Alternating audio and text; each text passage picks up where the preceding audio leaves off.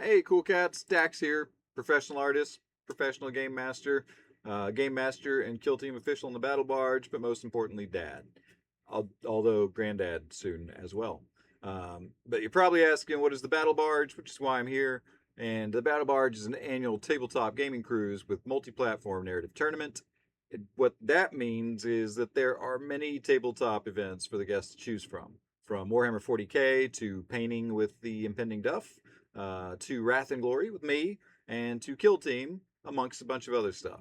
So each of these videos that I'm starting today is going to center on a specific facet of the Battle Barge, as well as one of the factions in the ever-evolving narrative. Today we're going to talk Kill Team. So this year on 2026 Battle Barge, things are a little different, as you can see. This year on the Battle Barge, the name of the game is, well, actually, the name of the game is Intrigue, but the runner-up is Options. And to that end, Kill Team players are going to have 4 ways to play during the tournament. If you're unfamiliar with Kill Team, it's a tabletop team-based skirmish game based in the grimdark of Games Workshop's Warhammer 40k universe. The Battle Barge Grand Narrative Tournament includes Kill Team as well as 40k and Wrath and Glory in its overall calculation. And this year, you're going to be able to choose how you play from between training, which is exactly what it sounds like. We'll have teams on hand as well as coaches. Approved ops, which is that's the standard way to play Kill Team. That's what we did last year. Pivotal missions, which are Battle Barge 2026 specific missions, although some of them are going to feel a little familiar. And this is where we introduce joint and solo ops as well. So if you don't have a partner, if you're wanting to team up with another player, you'll be able to do that. And we also have campaigning. So campaign's going to have more of a direct influence on the narrative and feel more akin to adventuring as well as kill teaming.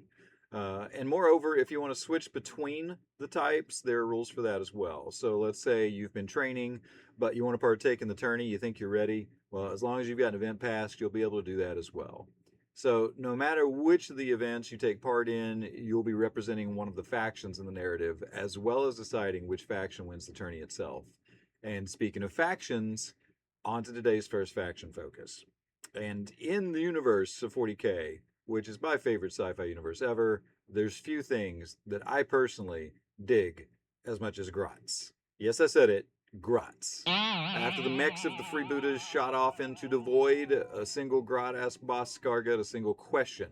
We can just leave? And any 40k fan can likely tell you how that went over. But the bad news for the war boss is great news for us, and it's that Grot survived. Or at least his inspiration did. The freebooter Grots began to disappear en masse, whilst the orcs were busy bashing skulls. And what's this mean for Caelim's Reach? Well, as I said before, this year on the Battle Barge, Intrigue is the name of the game. So even aligned factions may find themselves split right down the proverbial middle.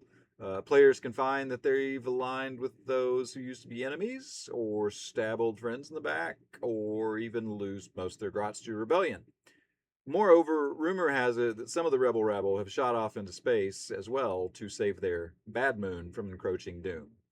So you can still get in on Battle Barge 2026 if you don't have tickets, as well as read up on the Caelim's Reach setting and meet impending Duff, all at the links below that I'll provide for you.